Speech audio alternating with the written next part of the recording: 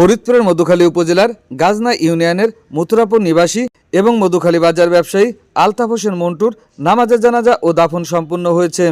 19 জানুয়ারি 2026 সোমবার সকাল 10 ঘটিকার সময় হৃদযন্ত্রের ক্রিয়া বন্ধ হয়ে নিজ বাড়িতে তিনি ইন্তেকাল করেন। ইন্না লিল্লাহি ওয়া ইন্না ইলাইহি রাজিউন। তার পিতার নাম আব্দুস সালাম সিডিয়ে। ব্যক্তিগত জীবনে তিনি একজন চশমা ব্যবসায়ী হিসাবে সুপরিচিত ছিলেন। মৃত্যুকালে তার বয়স হয়েছিল 45 বছর। মৃত্যুকালীন সময় তিনি স্ত্রী, 2 পুত্র, 1 কন্যা সন্তান সহ বহু গুণগ্রাহী রেখে গেছেন। সোমবার বাদ আসর ঈদগাহ ময়দানে তার নামাজে জানাজা অনুষ্ঠিত হয়।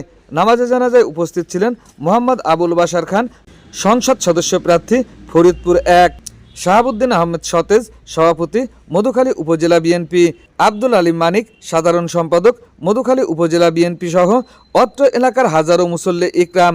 মরহুমের নামাজে জানাজা পরিচালনা করেন তার ফুফাতো ভাই হাফেজ মাওলানা আবু বক্কর সাহেব। নামাজে জানাজা শেষে মথুরাপুর কবর স্থানে তার দাফন সম্পন্ন করা হয়। কথা যে আসার সিরিয়াল আছে কিন্তু যাওয়ার সিরিয়াল নাই। সবাইকে মৃত্যুর স্বাদ গ্রহণ করতে হবে। মহান রাব্বুল আলামিন তাকে আমাদের মাঝ থেকে নিয়ে গেছে।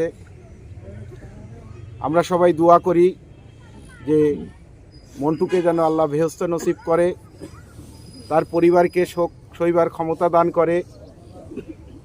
আমরা যারা আছি, তার সন্তান আছে, তাদের দিকে সবাই খেয়াল রাখব। আমাদের যে এমপি প্রার্থী এখানে আছে, ধানের শীষের প্রার্থী খন্দকার নাসিরুল ইসলাম নাসির ভাই আলফাডাঙ্গা থাকার কারণে আসতে পারিনি, তিনি শোক জানিয়েছেন। সবাই ভালো থাকবেন। আসসালামু আলাইকুম।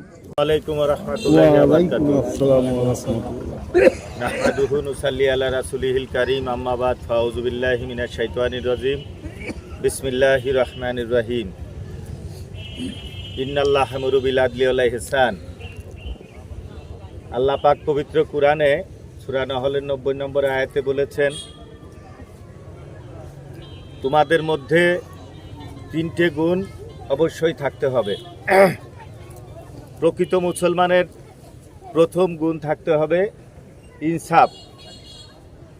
কাজকর্ম যাই করবে, কথাবার্তা যাই বলবে, সমাজে প্রতিষ্ঠিত করবে ইনসাফ, হক কথা, যেটা ন্যায়পরায়ণতা থাকতে হবে।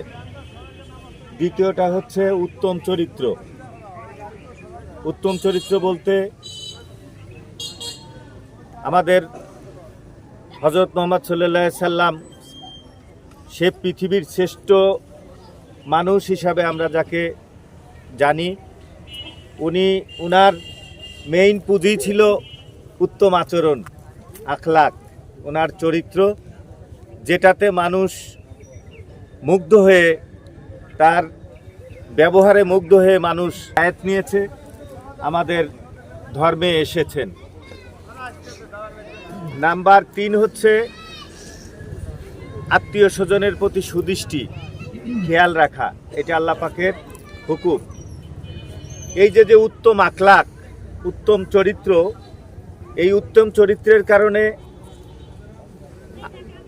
যারা এই আমল যাদের মধ্যে থাকবে, এটা কোনো বিশেষ ইবাদতের মধ্যে পড়ে না। আমরা ইসলামের যে 4টে স্তম্ভ, 5টা স্তম্ভ, কালেমা, নামাজ, রোজা, হজ, যাকাত, এটা হচ্ছে ঘরের পিলার।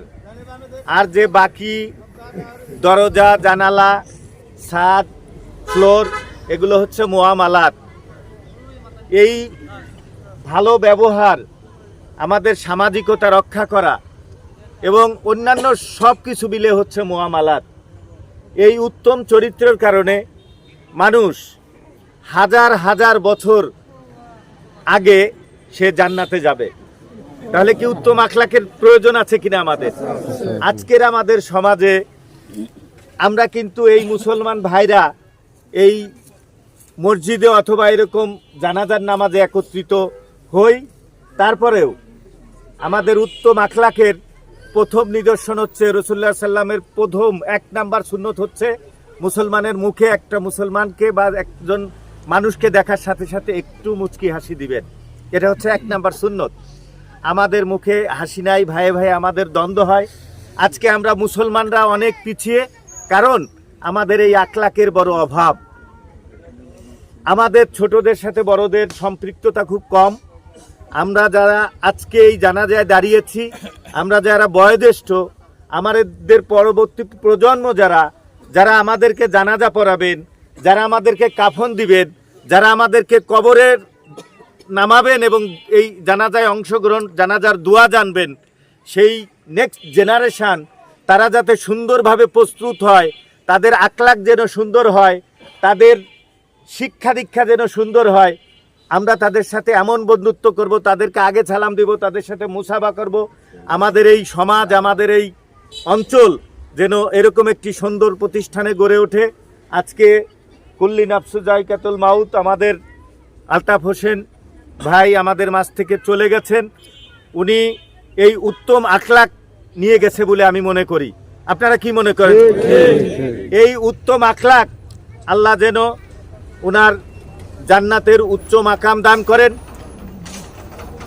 এই আশাবাদ আমি সবার কাছে দোয়া চাই যে উনি, সবাই আমরা প্রাণ খুলে দোয়া করব, উনি জান্নাতের উঁচু মাকামে যান। এবং আমরা যারা এই জানাজায় অংশগ্রহণ করেছি, আমরা আল্লাহর ইবাদত এবং সুন্দর আখলাকের মাধ্যমে আমরা জীবন চলব।